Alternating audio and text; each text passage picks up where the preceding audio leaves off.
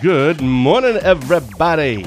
Republican candidate running for assembly to represent the 75th District, Jay Calhoun, is our very special guest today, Friday, June 28th, 2024. For DrydenWire.com, I'm Ben Dryden, and you are watching DrydenWire Live. And just as a reminder, there are three Republican candidates vying for the 75th Assembly seat. Our guest today, Jay Calhoun, as well as Neil Klein and Duke Tucker. We've already had live chats with both Klein and Tucker. In case you missed those, a recording of each and as well a recording of this show is available on our Facebook page and our videos tab on our website at DrydenWire.com. But it's probably easier just go to our YouTube channel. That's kind of where we store all of our videos. Easy, quick reference to find everything. Just go to YouTube, search DrydenWire, or it's just youtube.com/DrydenWire. So there you go. With that, we welcome in our guest today, Republican candidate running for Assembly to represent the 75th District, Jay Calhoun. Jay, good morning, sir. How are you? I'm great, Ben. Thanks. Thanks for letting me on here. It's good to finally be talking to you. It's great. You and I did have a phone conversation. Boy, when was that? A few weeks ago, when we were kind of setting this up, and it was great talking to you. Sometimes I get concerned about getting to know somebody too much because I really like to know all about them kind of the same time as some other people who may not know you. But first, to kind of clarify, the 75th Assembly District is no longer, or soon to not be, the current 75th Assembly District. So just for clarification's sake, this isn't the Dave Armstrong race. That's now like a new 68th or 60-something. I can't remember what it is. But it's something else. So this seat is for, I guess in all intents and purposes, it's kind of like Gabe Magnifici's seat, which is the 28th Assembly District, because the 75th essentially is going to be covering Polk and the majority of Burnett County. That's like the big part of the 75th, right? Yeah. Sure. Yeah. So it kind of went from south to north. So the 28th went down into St. Croix County, and now the 75th is all of Polk and then up into like the southern 2/3 of Burnett. Yeah. So I want to get into, of course, the why'd you decide to run? How's your campaign going? What kind of separates you for an average? If I was a Republican and I lived in the 75th Assembly District and I see there's three Republicans running, Republican. If I'm a Republican, it's okay. Which one do I pick? So kind of looking at that. And I also want to ask you about the presidential debate. If you watched that last night, I'm curious about your thoughts. But first, let's get to know you a little bit. So you can start kind of wherever you want, but it's probably good. Let's start from where were you born and raised? Well, I was born in the metro area, Minneapolis, St. Paul metro area. And then shortly after, my family moved to Taylor's Falls, Minnesota. So I grew up, in Taylor's Falls, St. Croix Falls, the river valley there. Went to Taylor's Falls K through 12, the school there, the little school on top of the hill. Yeah. I was one of the last, graduated in '88. So I was one of the last graduating classes from that little school until they made it like a elementary school. Sure. For the area. Sure. But shortly after that, moved to Wisconsin and spent at least 30 years that I've been in Wisconsin. Right now, I live in Luck. My wife and I have lived here for well over 20 years, 22, 23 years. We've been married for 27 years now this year, and three kids, three great grown kids. Our youngest graduated last year. So that, kind of tied into my, reasoning to run, freed up some of my time, not having any kids in school. So yeah, hold on a second. 27 years married. Is that what you said? Married, 27 years.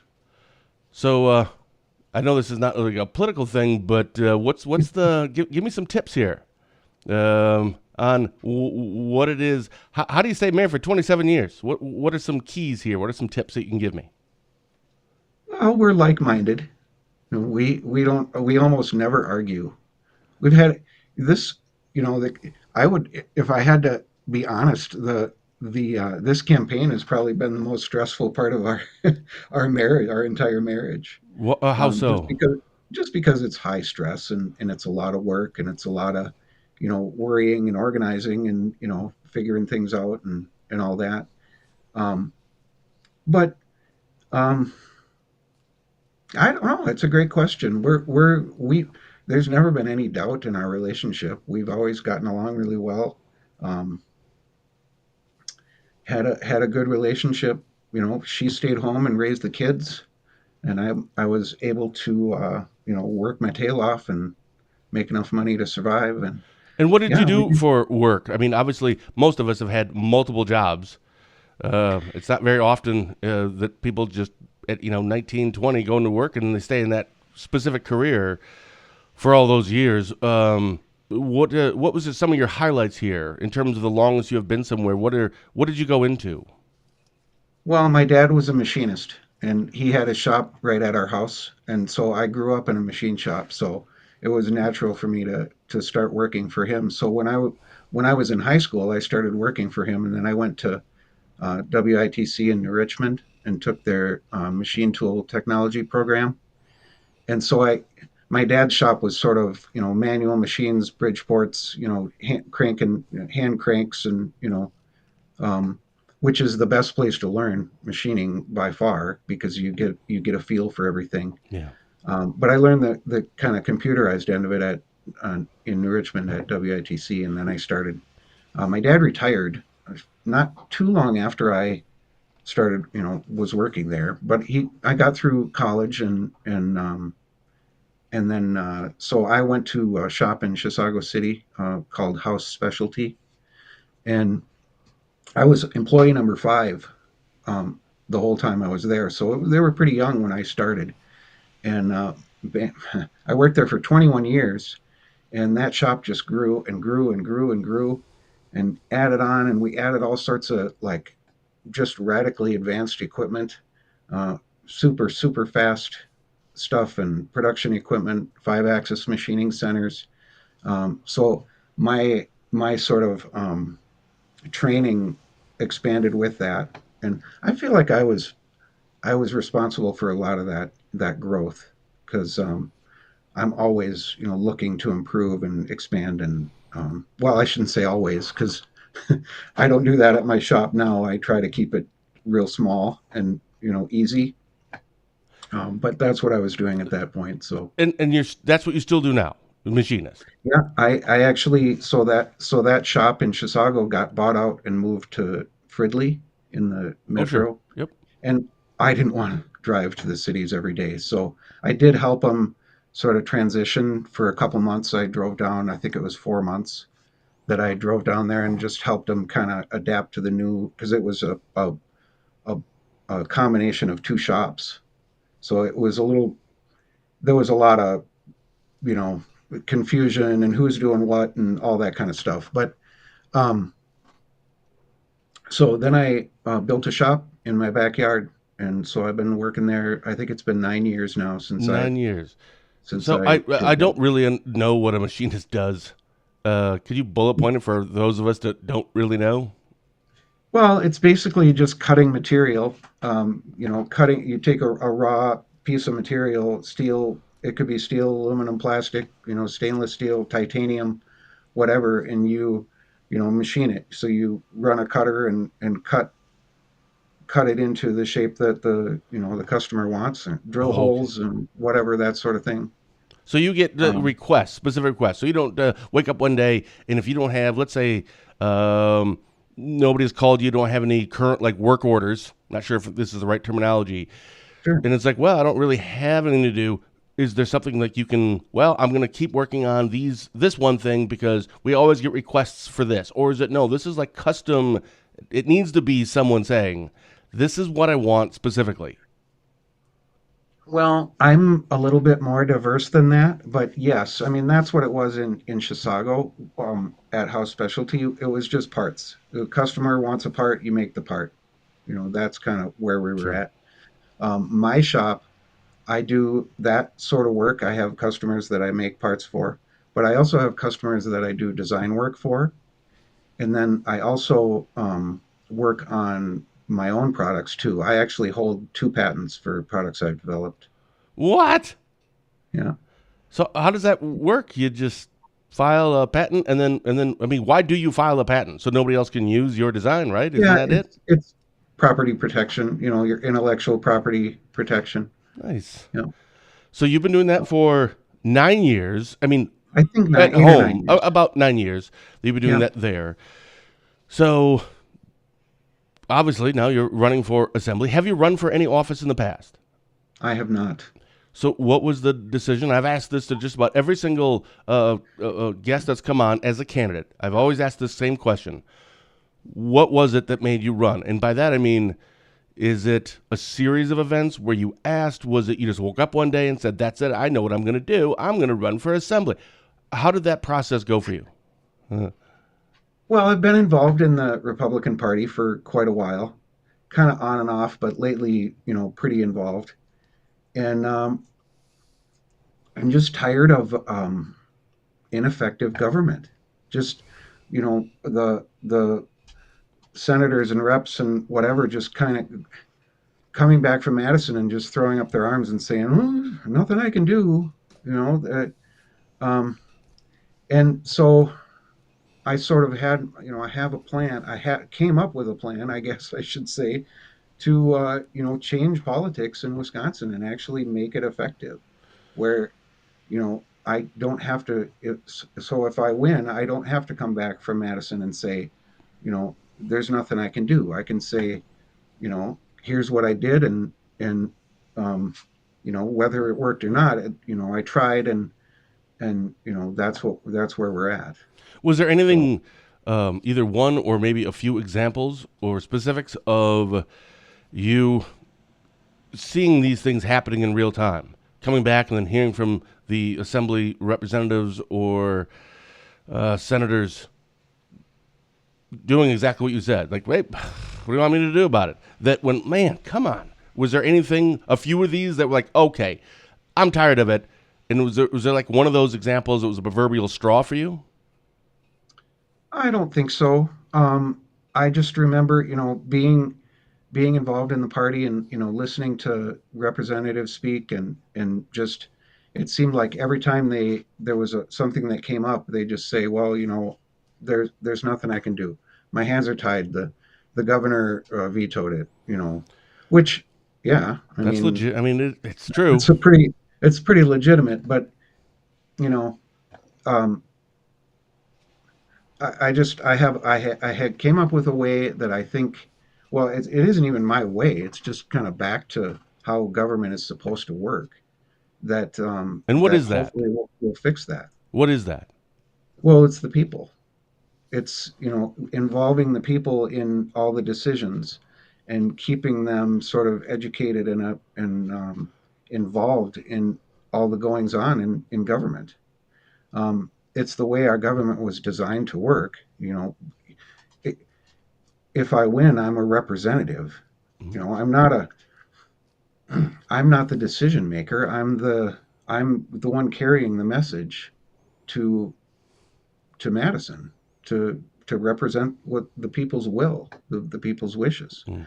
So I think that we're at a point right now that everyone I talk to, whenever I knock on a door and talk to somebody or talk to a friend or a relative or anyone, they're just fed up. They like everyone is just kind of up to here with everything that's going on, the corruption and the sort of steady downgrade in everyone's standard of living, um, that they're ready to be involved. Even maybe probably 2 years ago, I don't think they were ready. Like they weren't miserable enough and sort of Hmm. awake enough. So, but I think now we're at a point where there are enough people who are willing to, like, okay, I have to participate. Mm. I have to get in and I have to solve this. What they need, because I think people have this feeling like, well, I'm just one person. What can I do? You know. Um, so what they need is a representative who can facilitate that happening and actually, make it easy for them to be involved and participate Mm. and make the decisions. You had mentioned corruption. Could you elaborate on that? Well, I would say it's the within the leadership in Madison. Um, the there's a lot of pay to play type of stuff. There's selective advancement of bills. The the leadership in Madison seems much more concerned with um, gaining and holding on to power than they are with actually representing the will of the people. They they they seem to be working for the corporate lobbyists rather than the people. I printed something out this morning. It was from your, I have a black and white printer. It was from your, on your website. And, Yeah, and I was just going to ask you about just randomly a few of these, but you brought up one of them, and that was under the bullet point of return government back to the people. It said, engage we the people by involving them in every decision. And you already kind of touched on that. How do you yeah. do that? Well, so it's so first off, before involving them, Huh? I guess I would sort of run the decision making process. Would start with like some filters, like say a bill comes up Huh? and I want to talk to my people, talk to my constituents about it and get their opinion. I would first ask, whether the bill is constitutional and whether it's like legal and moral, and I guess, I mean, you could say godly, I guess, instead of moral, but is it beneficial to the people, or is it hurting somebody else, causing harm to some other group or whatever. And then, yeah, I would. So my idea is to do, sort of like almost what we're doing, like Facebook Live type of stuff, um, on site from the Capitol. This is what's going on, and then the structure that I want to kind of put in place goes by supervisor district. So there's 33 supervisor districts in the new District 75. So you get a sampling of the entire district um, that way. So you have like a kind of a captain, a leader in each supervisor district, Mm-hmm. and then they have people who are more involved than most, but less involved than the leader, that are sort of um, keeping their finger on the pulse of everything that's going on, staying informed, not just in not in state, not just in state, but locally. And then each one of those people has 10 people that they're keeping informed. So each supervisor district has a minimum 115, 120 people that are kind of actively involved in what's going on. And so it sort of filters down. Like I would do uh, even if it was just like a text or something to those supervisor district captains, and then they would send the information down the line, so everybody sort of stays involved and stays informed. Sure. Well, that would make sense because, well, shoot, I don't even know how many people are in an assembly district. How many Well, people? they shoot for 60,000. 60,000. Yeah, it'd be I difficult think to actually. 75 is 57 or something. So a few tens of thousands. We'll say that. Yes. Yeah, it'd be kind of tough to hear from every one of them, right? No, yeah, So the idea yeah, there would be if I have people kind of almost like a business structure, regional directors, district managers, yeah, that type of thing. I think more people can relate to. Where, well, if I can have them and they have it on the pulse, so then I can kind of, it's a lot easier for you to be able to talk to 33 that get information from a whole bunch of others that, okay, that's a little more manageable. yep, Okay. Has yeah. that been, you said that wasn't your original idea? Has that been done before? Well, I mean, I don't know if that has been done before. It's Sure. roughly based on the sort of precinct strategy that people have been kind of tossing around, but it's um, this precinct strategy is sort of tied to the county party, where this is tied to the state. It's tied to me. Sure. So, but that's where some of the ideas sort of came from. Sure. What Yeah. do you do in the event, or what would you do in the event that after you hear back from your constituents, via your supervisors and your captains and the people that have more on the pulse there.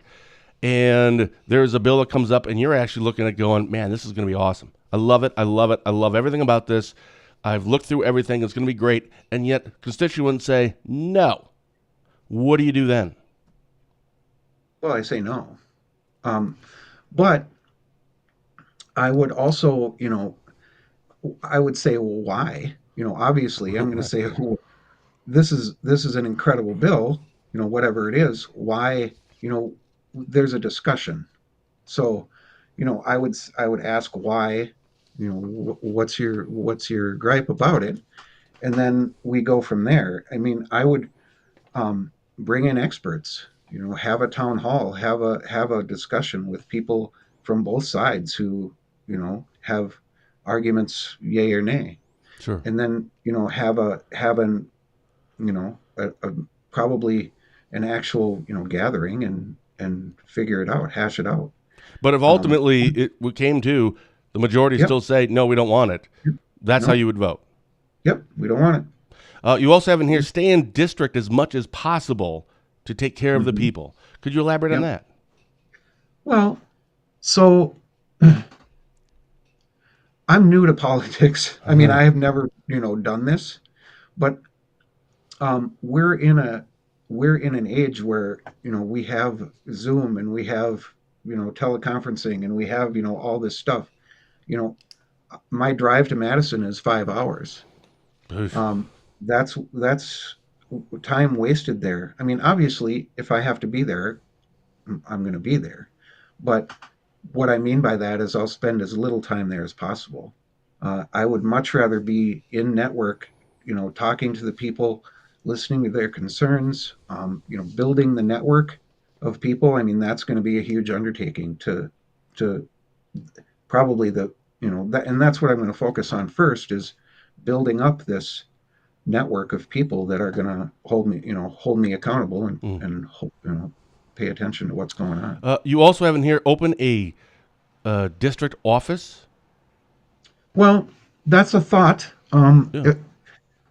Is Like I there said already one of before, those? Like I literally, I've never been in the assembly. I don't know.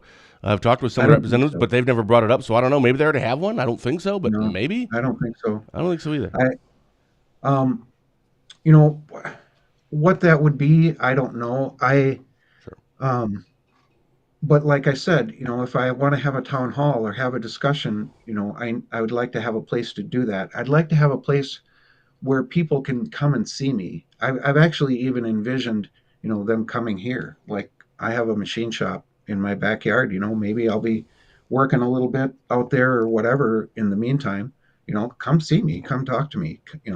So I'm not exactly sure, but I want to have a central location where people can find me whenever Yeah. whenever they want. A physical location, a brick and mortar Yep, location. yep, Under yep, restore honest and fair elections, one of your bullet points was again, this is on your website. Anyone can go and they can learn more about you yep. there, which is, oh, I didn't write it down. I think it's just j4wi.com, I think. Yeah, Yeah. JAYFORWI. Right. People can go there, and that's where I got some of this stuff from. Yep, Restore honest and fair elections. Under bullet point, you have get rid of electronic voting machines. yep. Um, do we currently have? So when I started DrydenWire, and I know some people don't like that I say this, or they disagree with me on this one, which is fine. I don't vote, and I didn't 9 years ago when I started DrydenWire. I didn't want to, and the reason is because thank you. Oh wow, perfect. She put that in. Hold on a second. There we go. Yeah, there's the website right there. And the reason is because when I do, let's say I was a Republican. Let's say I lived in the 75th Assembly District, and there's you and two others. When I do these shows, personally I want to be neutral, but professionally I want to be neutral. But if I'm all of a sudden going, I don't know, I like this other guy pretty well, and maybe that's going to change some of my questions on how I treat a guest or a candidate. And I don't want I to even understand that. subconsciously be a part of that. Agree with Sure. that, disagree with that, whatever, that's fine. But the reason I'm bringing that up is because I haven't been to an election booth in like over a decade. So isn't it still like paper ballots? I literally don't know. Well, you have my My experience in voting is, yes, they have machines. They have a paper ballot. Uh-huh. It's sort of varied a little bit. We used to do it on the machine with the touchpad, and Oh, now the last couple elections, you actually have a paper ballot. oh, But then, either way, in the end, you feed it into a machine. And when I do that, I get this sort of sinking feeling like, well, I don't know what just happened. It disappeared, you know. And there's all sorts of stories and evidence that the the machines corrupt the vote, change the vote. And in if you look at history, um, the clerks will tell you now that you have to have machines. Oh my gosh, how in the world would we ever figure out who won the election if we didn't have the machines to tally the votes? But we've been having elections for hundreds of years, and we've only had the machines for a short while. We used to.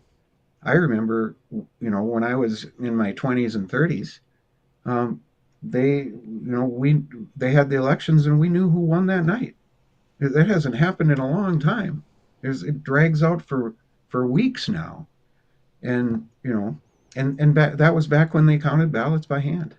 And I've been to several training sessions and examples of different methods for counting ballots by hand.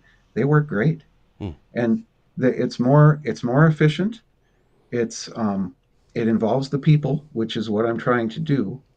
Um, it's much, much, much less expensive, and it's instantly and easily auditable. So, It's less expensive. See, I actually would have just assumed, without knowing any information about this, it'd be more expensive because, I mean, I guess maybe it's a little bit different when we're talking about Burnett County.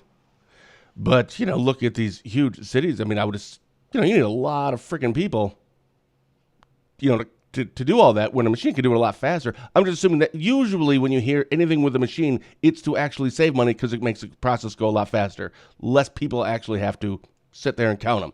So I'm a little surprised when you said that it's going to be cheaper. it's much cheaper. It's actually something like 15% of the cost, and that's if What? you pay. That's if you pay the people who are counting like $25 an hour. Um, I think that you could get people to do it, um, as part of their civic duty. Count the ballots, and then you could use it as sort of a train, not really a training, but just a how government works kind of thing. Because I would like to have the whole thing with cameras above, live streaming, so anybody in the world can see exactly what's going through and do Sure. the count there on their own, Yeah. and they could show that to the high school kids the next day, or elementary, even middle school, and say, here's mom and dad counting the ballots.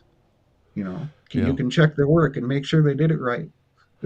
Also So, under here, and this is the last one I'll reference here, under the Restore Honest and Fair Elections, you said call for an end to early voting. Early voting, is that a 100% or are there exceptions to that? well, we always had absentee voting. You Mm-hmm. have to have that because of our military, and certain people like I have a brother who works.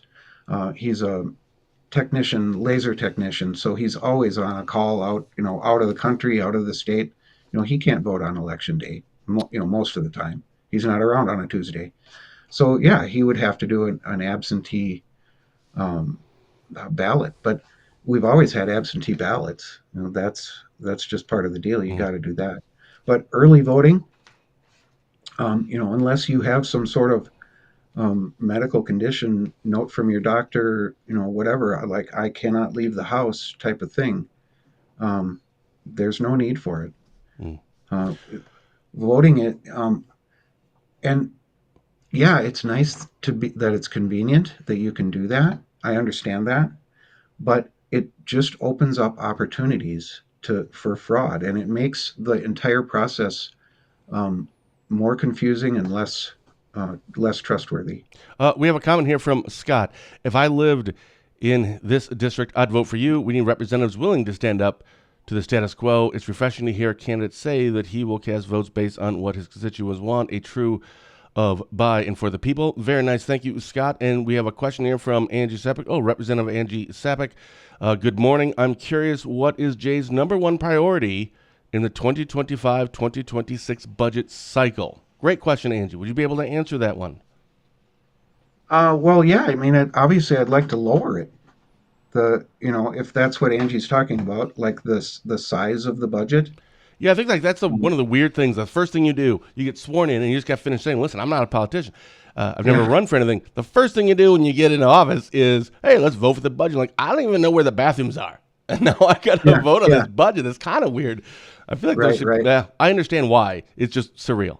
I believe, and I can't put, I'm not going to say this for sure, but that would be Representative Sapek's to be able to clarify. But yeah, I think it's just kind of on the budget, obviously I have to learn about what this all is, but number one, I got to make sure this. And what is that? And you're saying overall, just lower it? It's just under $1 billion or $100 billion, I think, 99 point some billion dollars for the biennial budget, which is, according to my notes, a 51% increase in the budget since Speaker Voss became the Speaker of the Assembly. It goes up, I don't know, 10, 12, 15% every time. So now we're talking, they're going to propose 115 billion, 120 billion. I don't know. I would like to see it go down because spending is just out of control and government is way too big. We have a surplus right now, don't we? Yeah, a tax surplus. Yep. But you want to see that more. More. What do we do with the extra? We'll give it back to the people. Lower taxes. I mean, eliminate the state income tax. And lots of states do that. They have, Florida. I think they just have a kind of higher sales tax. Free up money for the people. People are struggling. Like, people are just downtrodden. Like, everywhere you look, like our main streets are shutting down and houses are run down. I've been knocking doors, and I mean, it's a shame. Like, you think back to how it used to be in the 50s and 60s, and when I remember running around as a little kid, everybody's house was well kept and everybody could afford to keep everything up, and now everyone's struggling. It's like things are just getting run down, and it's really sad. So people need that help from the government. Not really help, just get out of my way from the government to let them prosper again and have a prosperous, fulfilling life and be happy. And Ben, I'm a not recent, but I guess fairly recent concealed carry holder. And one of the things that they teach you when you get your license for that is to be situationally aware, kind of always keep your head up and look around and pay attention to what's going on. And so I do that. I just about everywhere I go, I carry my gun with me. And when I first started, probably 5 years ago, started carrying, I was like, oh, I'm so worried somebody's going to see it. It's concealed and whatever. And so I'm looking around and everybody's got their head down. Everybody is like just sort of defeated, moving through life, just sort of, Oh, I see. So you're saying that maybe you hadn't noticed that in the past, but because you had the concealed carry, then you were head on a swivel, and that's when you realized, holy cow, nobody's looking. Okay, I get it. I mean, I'm like, I could have my gun just hanging off my hip, and nobody would even see it. Sure, yeah. That's what I kind of came to realize. So, but everybody's just sort of disconnected from the world, and it's sad.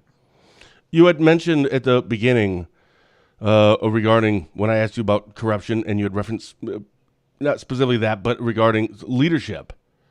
And now you just brought up Speaker Voss. Is that kind of who you're referring to at the very beginning? Do you have faith in Speaker Voss. I think actually we've been in our headline news that we put up every morning on our website.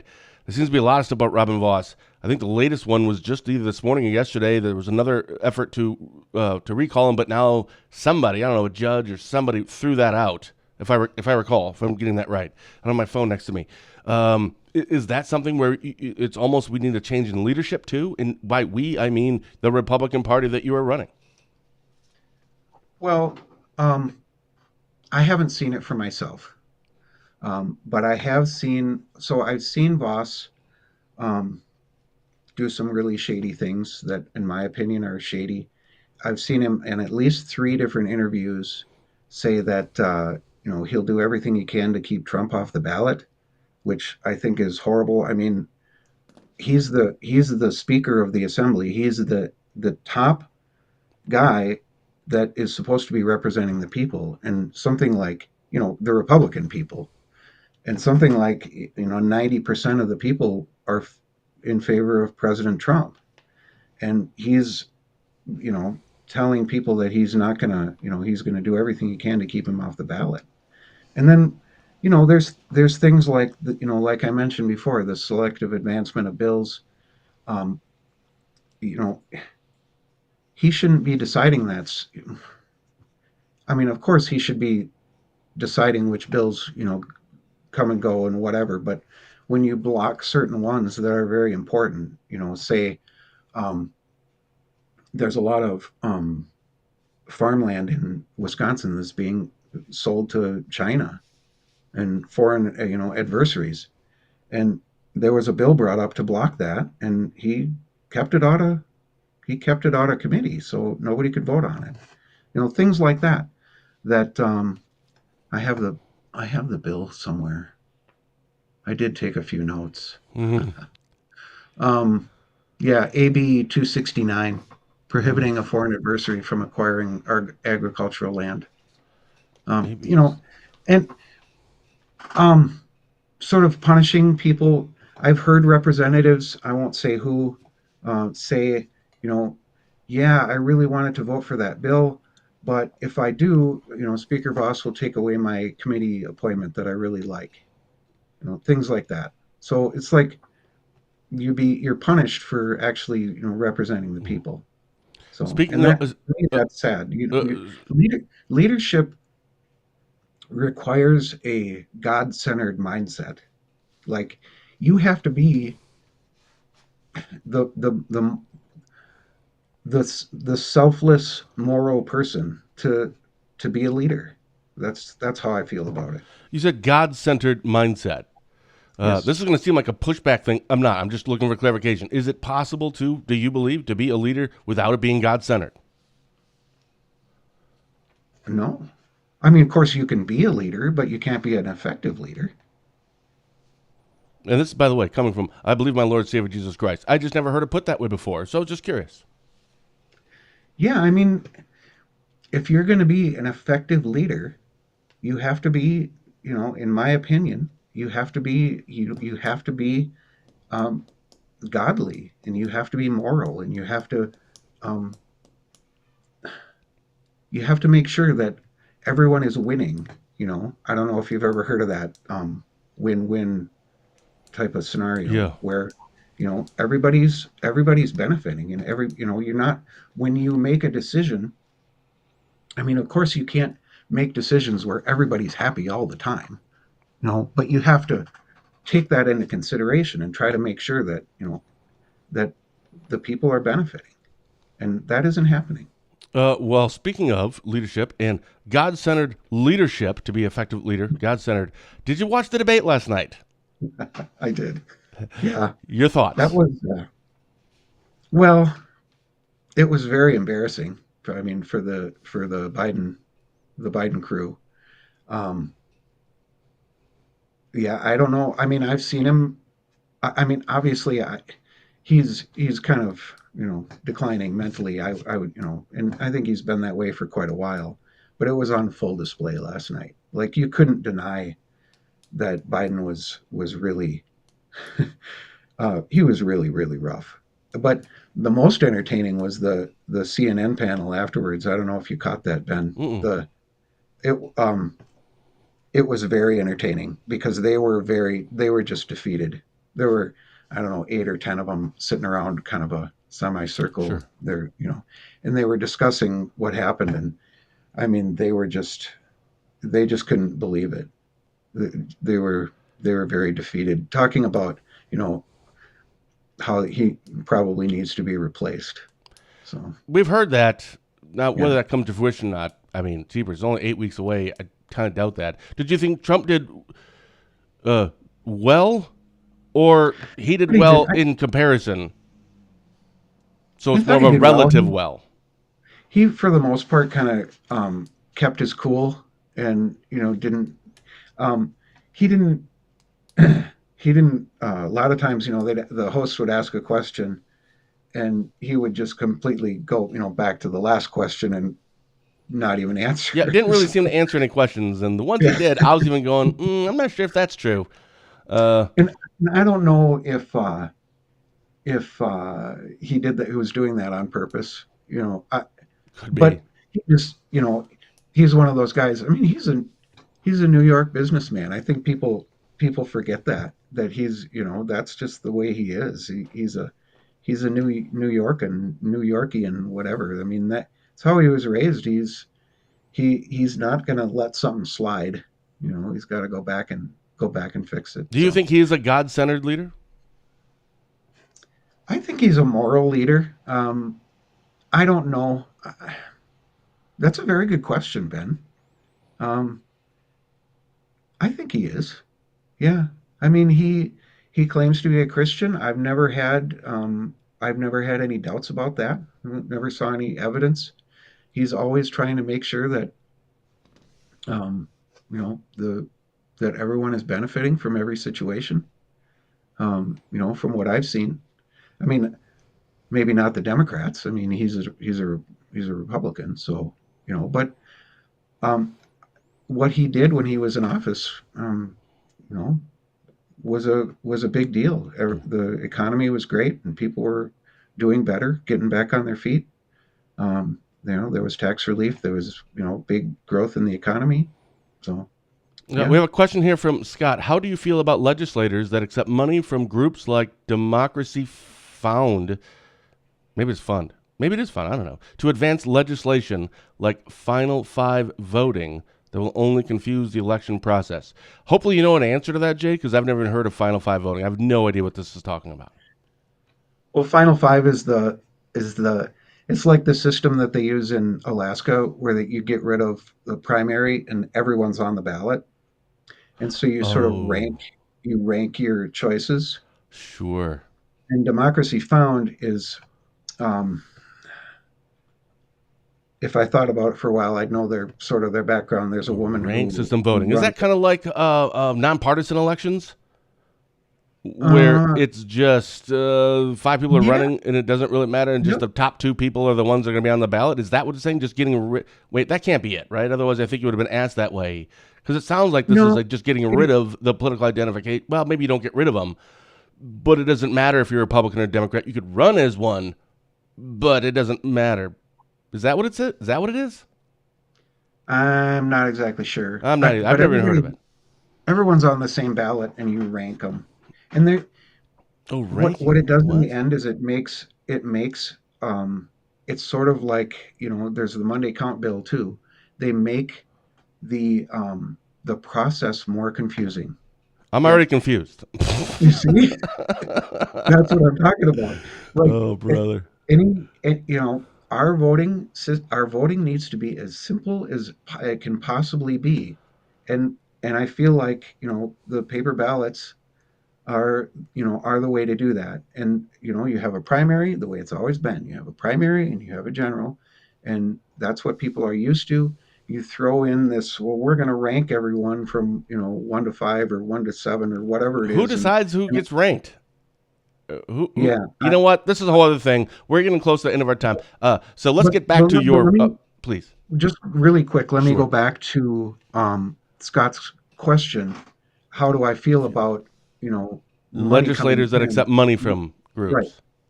Well, everywhere else in every other country, they call that bribery. we call it lobbying, but Mm. it's bribery, is what it is. Um, I think that that should be completely banned. We should be doing the will of the people. There, nowhere in the Constitution does it say, we'll do the will of the corporate lobbyists.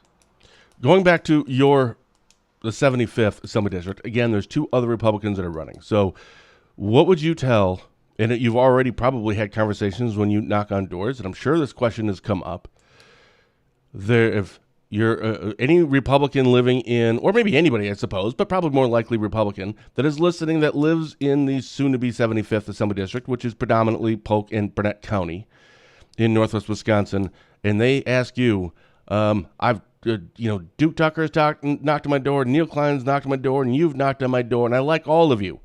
I like all of you genuinely. Why should I vote for you? What is your answer when people ask you that? Well, I sort of try to refer to myself as the guy with the plan to save Wisconsin. I the other guys, I think they mean well.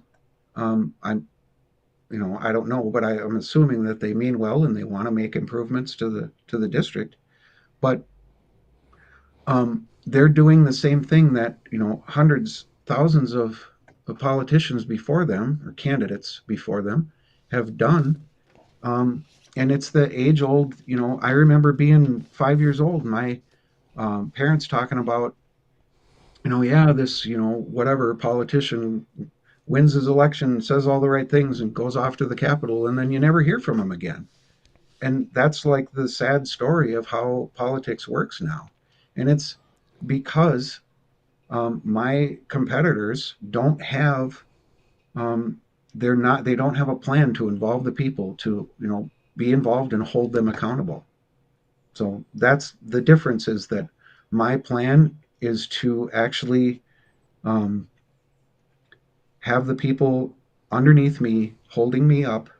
You know, um, the people are my strength. The people are my Mm. um, my my voice. My voice is their voice. Mm.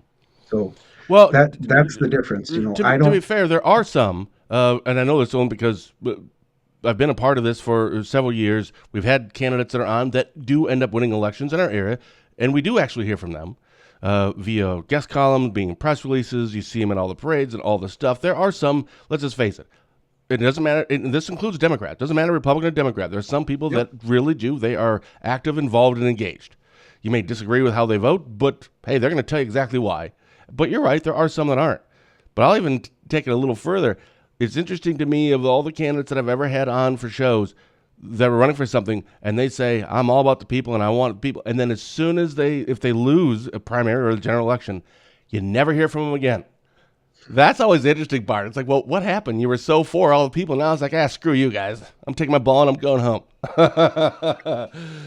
So Well, that's the interesting part. it's a good question, and I've thought about that. What do I do if I lose? I don't know. I mean, this is a lot of work. Like trying to get into this is a lot of Yeah. work, and I'm not a. This isn't my thing. I'm a I'm a quiet, sort of reserved person. This isn't. If you're looking for a outspoken, loud, brash guy, I'm not that. Then you should That's vote not for me. me, is what you're saying. I should run. Right. But I understand that. Yeah, there are Yeah. people, but what I'm saying, my plan isn't just to, do press releases and all that stuff is great, but my plan is to, directly, you know, involve the people all the time. Like, this is what's going on. Every session, every Mm. week, all the time. This is what's going on. These are the decisions I need to, these are the bills I need to vote on, the decisions I need to make. What say you? So, If people want more information about Jay Calhoun, you can go to j4wi.com. A lot of information on there. The election is coming up. What is it? August? Shoot, 13th, I should know that. What is it? 13th. August 13th. So that's, holy cow, July. month and a half Six, away. So what yeah, is your six. plan for July? Is it are you door knocking? Are you doing I don't know if there's like a debate stuff anywhere. What's your plan for July? How are you going to Yeah, kind of hit it hard to make sure people know about Jay Calhoun? we're doing parades, and town fairs and festivals. We're going to be at the Polk County Fair the whole time that's going on. There's a meet and greet up in Burnett County in Siren on the 16th, I believe. So that'll be, I think it's the 16th at 6:30. So, In the and all morning? three can no, no, Oh. 6:30 at night, Oh. and all three candidates will be there. So it actually, if people want July to, 16th? let me look. I don't want to screw that up, Ben. Yeah. Yeah. Yes, July 16th. July 16th. By the way, Shabana said, come on, Ben, it's August 13th. Shabana, I don't know what happened. I think she's running for, that's someone in your area there, Yeah, Jay. she's my clerk, Oh, really? county clerk. Yep. Yeah. Wait, did she, Yep. was there an election already? Wait, she's running for something, or did she already run and win? She's the clerk right now. I don't think she won. I think she was appointed, Oh, or maybe. I don't know. and I'm sorry, then Shabana. I but should probably look at your Facebook page a little bit better. I right. just scroll through and I Yeah, see something. I'm like, hey, congratulations, but I don't really know what's going you should on. know more about Shabana than I know about. Awesome. Jay, is there anything we've covered quite a bit? We could literally do like 2 more hours to learn more about you Yeah. and where you stand. But is there anything in particular or specifically that you wanted to make sure we brought up that we didn't get a chance to? Um, no, I don't think so. I mean, um, I would just say that we need to try something different. Um, so we can't. It's the definition of insanity, right? From Einstein, you keep trying the same thing over and over and over again and Expecting a expecting a different different result. result. Well, I am offering something different, and so I just want to, make sure that people understand that I actually have a plan, and I wouldn't be doing it if I didn't, think it would work or actually know that it will work. So, If you had a chance to see and or speak to Representative Gabe Magnifici, who's not running again, that's the 28th Assembly District, which really the 75th is kind of like replacing the 28th mostly. Have you yep, had a chance to see and or talk to her because she's kind of in that spot now, and to kind of get any yep. pointers or tips either on campaign or if you're elected?